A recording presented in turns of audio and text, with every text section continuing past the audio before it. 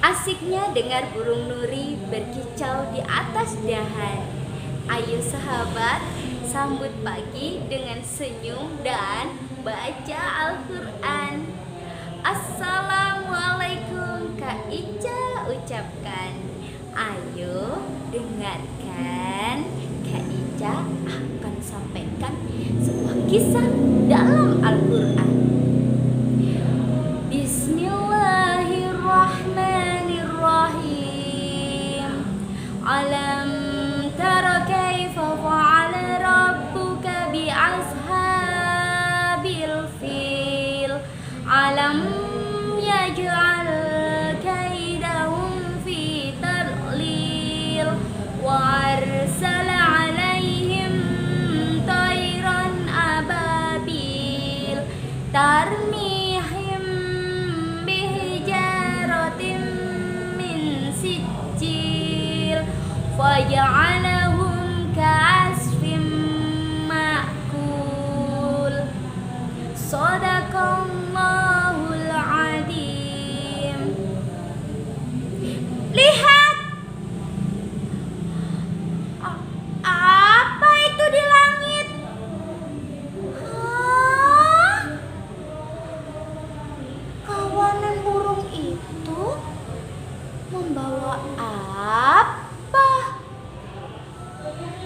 Burung-burung itu membawa sesuatu yang membara. Dan seketika pasukan gajah pun luluh lantak, hancur terbakar dari bara yang dibawa oleh burung ababil tersebut. Keren kan? Itu tadi sinopsis kisah yang ada pada surat Al-Fil. Nah, sekarang kita dengarkan kisah selengkapnya. Kisah ini menceritakan tentang kegagalan penyerangan pasukan gajah yang ingin menghancurkan Ka'bah.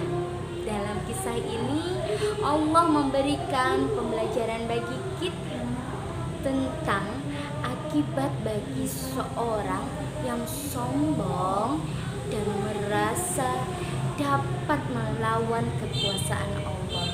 Naudzubillah min dzalik. Peristiwa ini luar biasa dan terjadi pada 571 Masehi di kota Mekah yang bertepatan pada tahun kelahiran Rasulullah Shallallahu Alaihi Wasallam. Siapa? Rasulullah kita, Nabi Muhammad Shallallahu Alaihi Wasallam. Nah, teman-teman, di dalam surat Al-Fil ini mengisahkan tentang pertempuran penyerangan pasukan bergajah yang dipimpin oleh satu orang gubernur dari San'a. Siapa ya namanya? Betul sekali, namanya adalah Abraha. Abraha adalah seorang gubernur yang berada di sebuah kota bernama San'a. Kota itu juga berada di Mekah, teman-teman, tepatnya di kota Bindai Yaman. Nah, kisah ini dimulai dari ketakutan seorang gubernur Yaman di kota San'an, yaitu Abraha, melihat kota Mekah yang sangat ramai dan selalu ramai dikunjungi orang. Wah, bisa ndak ya kira-kira Gubernur Abraha memindahkan keramaian itu di kota San'an, di kota di mana tempat Gubernur Abraha memimpin kekuasaannya. Memang Mekah selalu ramai dikunjungi, tapi bisa ndak ya dipindahkan? Batih! Kenapa? Aku sudah membangun gereja yang sangat megah, tapi masih saja orang-orang itu pergi ke Mekah. Kenapa? Apa kurang megah gereja kita?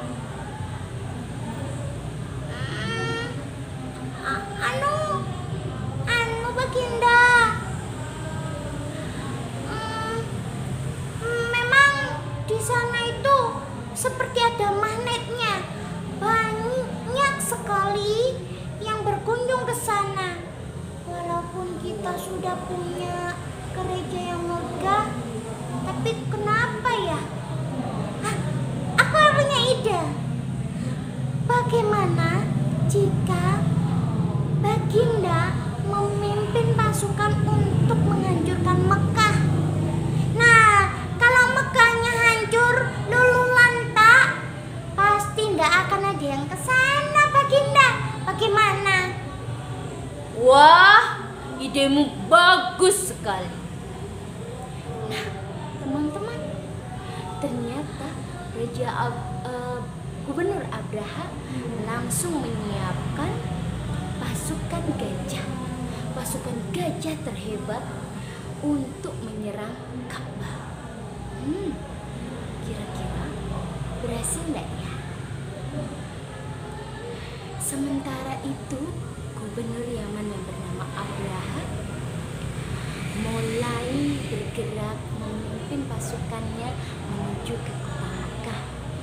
Tapi sesampainya di perbatasan Makkah, pasukan Abraha melakukan aksi perampasan. Wah, yang dirampas semua hasil peternakan penduduk di kota itu, termasuk unta-unta milik Abdul Muthalib. Nah, siapa Abdul Muthalib? Tahu kan? Betul teman-teman, Abdul Muthalib adalah kakek Rasulullah. Nah, kakek Rasulullah tidak terima jika Abraha merampas semua peternakan para penduduk Makkah. Akhirnya kakek Abdul Muthalib menyegat pasukan gajah Abraha.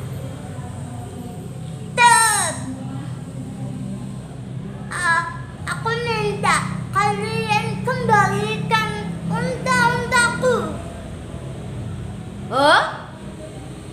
Hanya unta-untamu? Kamu kesini hanya meminta kami berhenti untuk tidak menyerang Mekah, bukan?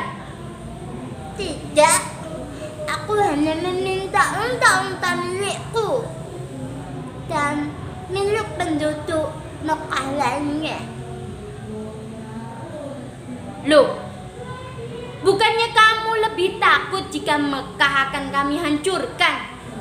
Kenapa hanya unta-untanya saja?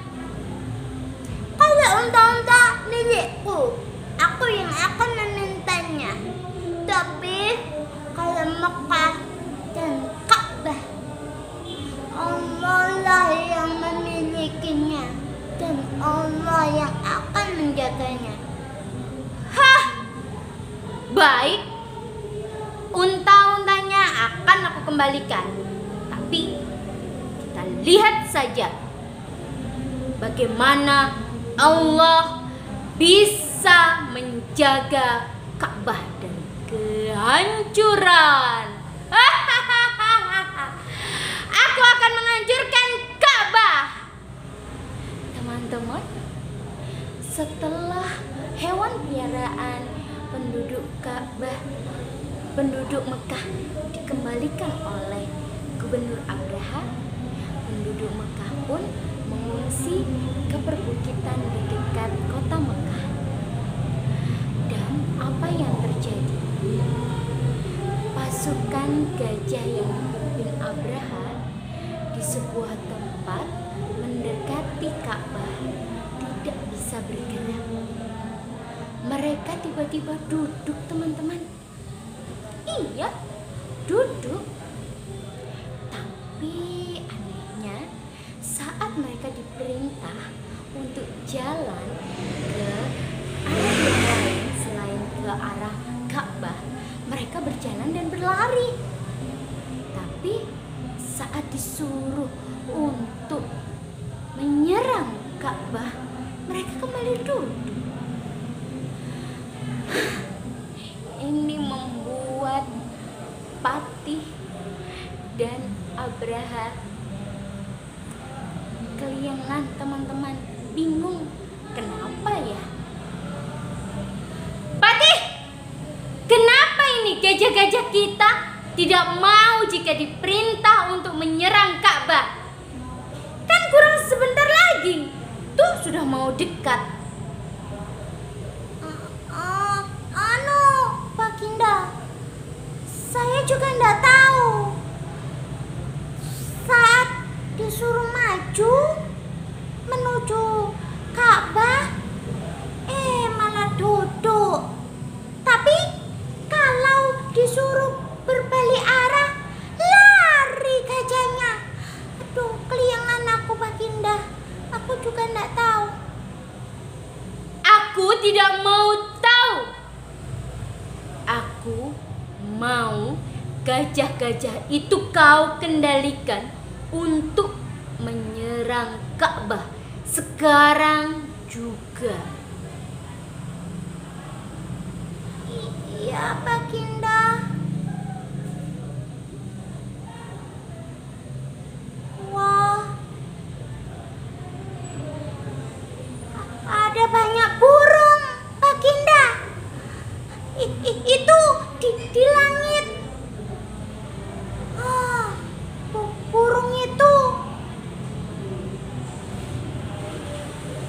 Burung itu menuju ke sini Pak Kinda. Hah? Apa itu? Burung banyak sekali. Apa yang mereka bawa?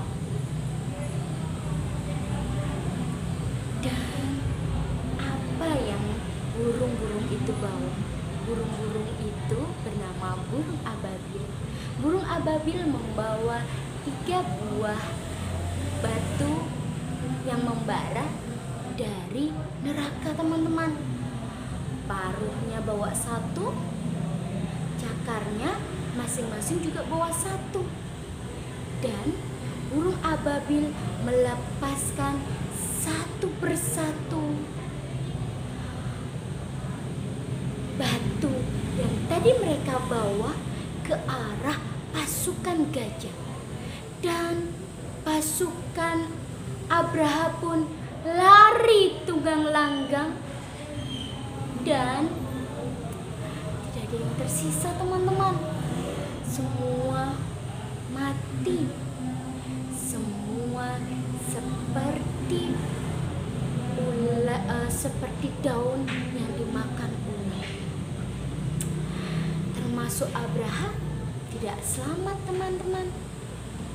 Wah, dari sini Allah menunjukkan kepada kita bahwasannya Allah lebih berkehendak atas apa yang diinginkannya.